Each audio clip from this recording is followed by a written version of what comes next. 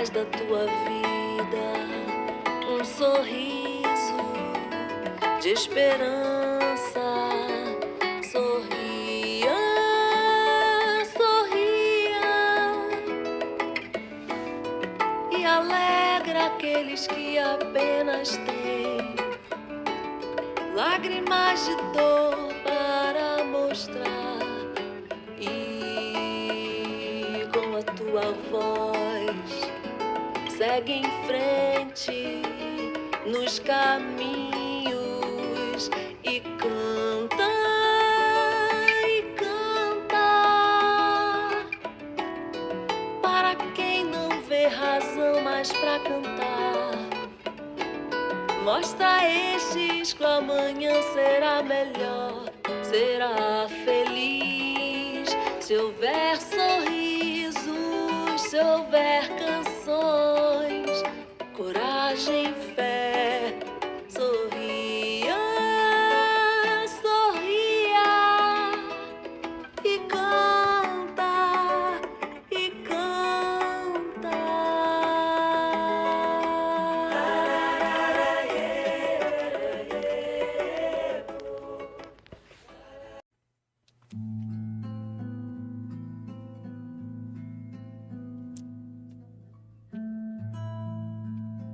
Olá, sejam todos bem-vindos, bem-vindas a mais um encontro, Reflexões à Luz do Espiritismo, aqui pelo MAP, Movimento de Amor ao Próximo.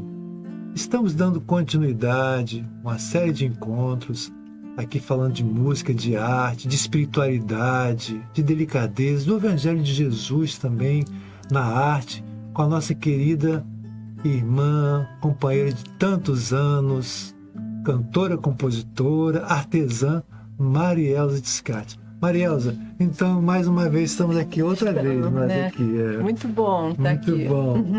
Então, Marielza, a gente sempre pensa assim, quando a gente escuta um produto, né, musical, né, falando assim antigamente dos CDs, né, e a sua obra sempre nos traz assim, um nível de qualidade, falando como leigo, né, curioso, que nos deixa assim, impressionados. Assim, gente, como é que a Marielza consegue fazer essa produção desse nível de qualidade, sem falar, logicamente, da poesia, da letra, da melodia. Como é que é esse desafio de você conseguir, e foi feito, né, agora 2025, o último, né, que são mantras, né? Sim. Então, conta pra gente, assim, pra quem não entende, pra gente que acompanha, gosta de música e de arte, quais são os desafios de você fazer uma produção de qualidade?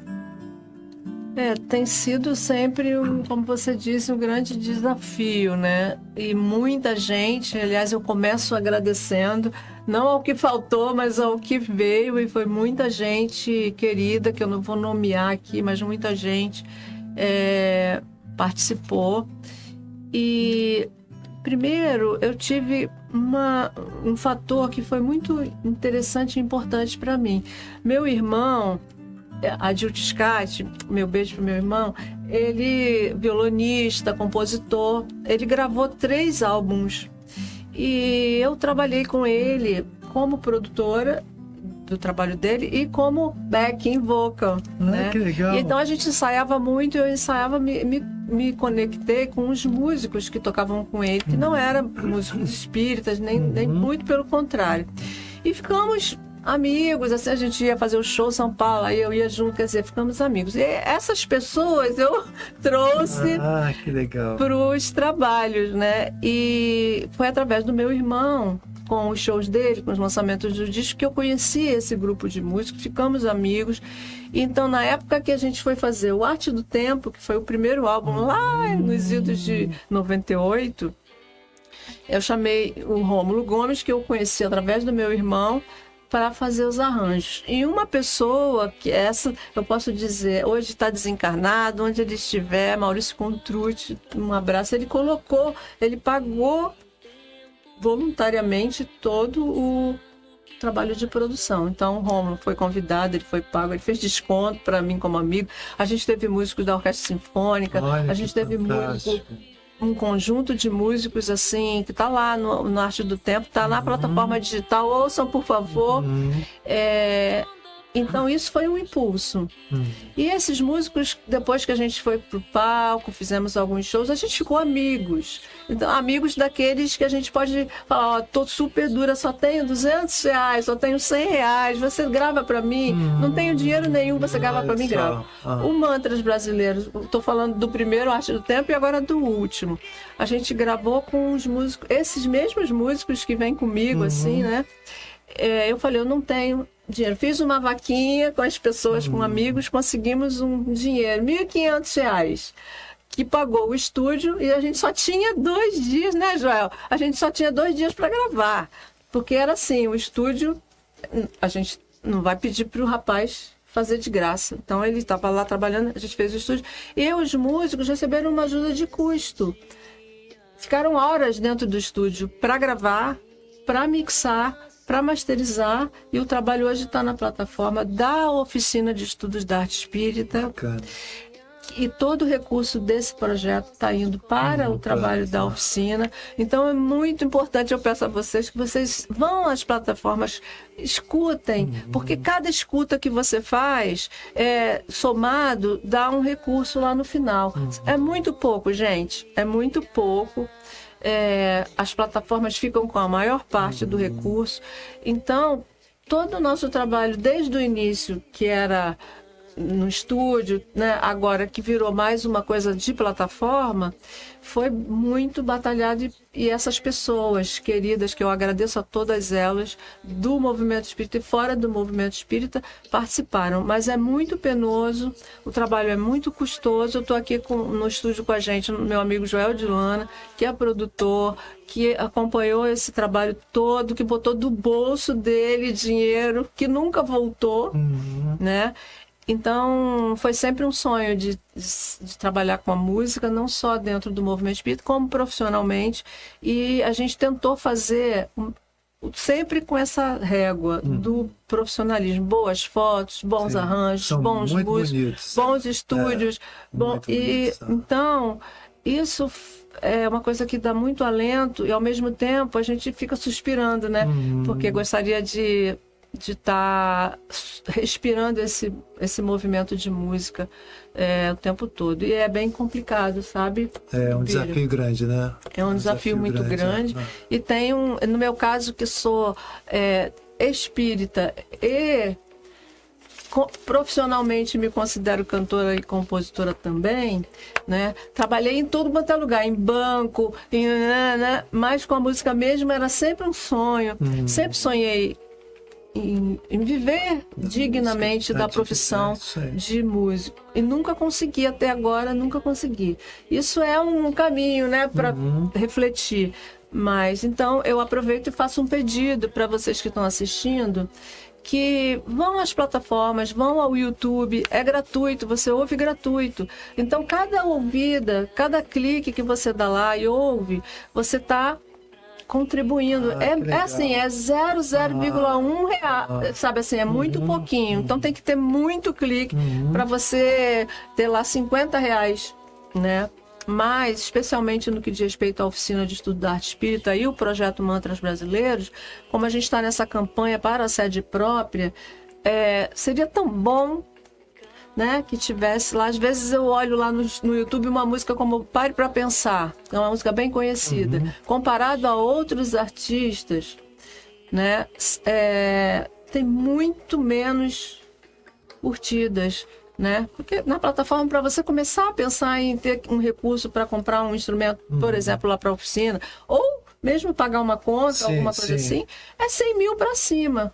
E às vezes eu confesso para vocês, me acolham, me abracem, por favor, mas eu penso, por que nós, espíritas, não temos esse movimento? Esse movimento, é um cuidado, esse engajamento, sim, né? Engajamento. É um cuidado que eu compreendo, de não transformar num negócio da China, essa coisa, mas no que diz respeito à sobrevivência do artista, à sobrevivência das pessoas que estão no estúdio trabalhando, dos músicos que são trabalhadores profissionais, precisam receber. Essas pessoas é uma rede muito grande. Sim. Né? Eles não podem trabalhar de graça. É verdade. E a gente tem que pagar a nossa luz, né? Verdade. Então, esse é o desafio, sabe? Mas hoje eu centro o meu pedido a vocês para irem nas plataformas.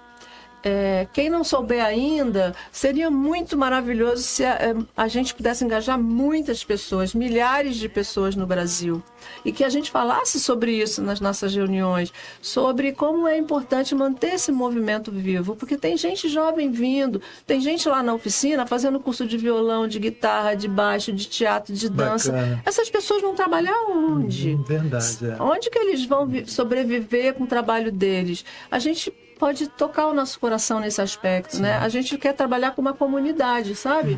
Lá em Benfica. É um sonho ainda a se construir, mas é o propósito que está movendo a gente para ir para uma sede própria. Que, aliás, está numa campanha que vai ter aqui um link, Juntos no Tijolinho. Então, para que essas pessoas, esses novos jovens, essas novas crianças que vão chegar nessa sede, façam um curso de violão e sonhem em ser profissionais da arte em vários aspectos, vão ter cursos gratuitos. Mas e depois? Perfeito. Se a sociedade não apoia, se não ouve a música, se não vê essa criança como um futuro profissional, compondo coisas lindas e sobrevivendo, vivendo com a sua família, pagando as suas contas na sua casa, acho que nós, enquanto movimento espírita, nós podíamos estar mais juntos nesse movimento, ligado nesse processo, né? Porque junta muitas coisas bacanas, né? Junta o trabalho voluntário, sim, junta uma instituição que é totalmente gratuita, tudo na oficina é gratuito, todos os cursos, tudo mantido apenas pelos movimentos de almoço, de teatro, de música, de show que eles fazem, que nós fazemos agora, que eu faço parte. Então, você está junto com um projeto e com vários outros que existem. Né, Bira? Não é só a oficina, tem muita gente fazendo coisas. E aí, se a gente, enquanto plateia, vamos dizer assim, fizesse um caminho de somar, e o que você pode fazer? Escuta a música, salva a música no seu celular. Escuta uma vez, escuta outra vez, compartilha. Não é só escutar uma vez, só daqui a 5 anos você vai ouvir de novo. É preciso que a gente acostume a usar a plataforma no carro para ouvir. E às vezes a gente baixa, ou então no Spotify, ou outra coisa, baixa e depois você fica ouvindo ali direto. Então eu faço um apelo. Que essa complexidade que nós, artistas espíritas, que viemos de um passado, eu vou fazer 65 anos, então tem gente nova chegando. Por essa geração que vai chegar, eu faço um apelo, que vocês que me ouvem e sentem também isso, possam mudar a forma de olhar isso, porque é preciso recurso para fazer uma boa produção. Uma produção bonita de teatro, de dança, de música. É preciso pagar justamente os profissionais que vivem disso, que pagam as contas, que criam seus filhos. E a gente não pode fugir disso. Tem que respeitar essa estrutura. Com certeza, com certeza. Né? Como que a gente pode fazer isso? É um apelo que eu, Maria Elza, faço a vocês. Pelas próximas gerações de músicos que nascem dentro do movimento espírita, que tem essa tão bela filosofia, que são espíritos que foram criados por Deus para isso, para ser sensíveis, delicados, profundos, né? Amorosos. Essas pessoas querem florir. Então, que a gente possa fazer a nossa parte, apoiar isso. Perfeito, muito bem. Muito bom. E assim está terminando aqui o nosso bloco, Maria Elza. Passa rápido, muito rápido.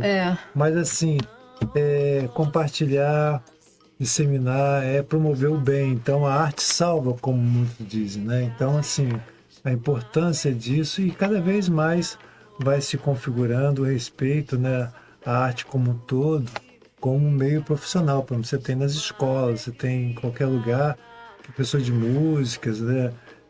Educação artística, que é algo que nós precisamos para a gente pacificar o coração e crescer. E o profissional precisa sustentar, como professor, como qualquer profissional, né?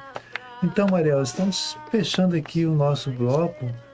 Nós vamos entrar no próximo, se houver tempo aqui, eu acho que vai estar tempo, para a gente falar um pouquinho das mensagens que chegaram, que a gente tem que ler, tá? Então, daqui a pouquinho estamos deixando aqui as mensagens dos amigos queridos que estão deixando aqui para a nossa querida Maria Elza.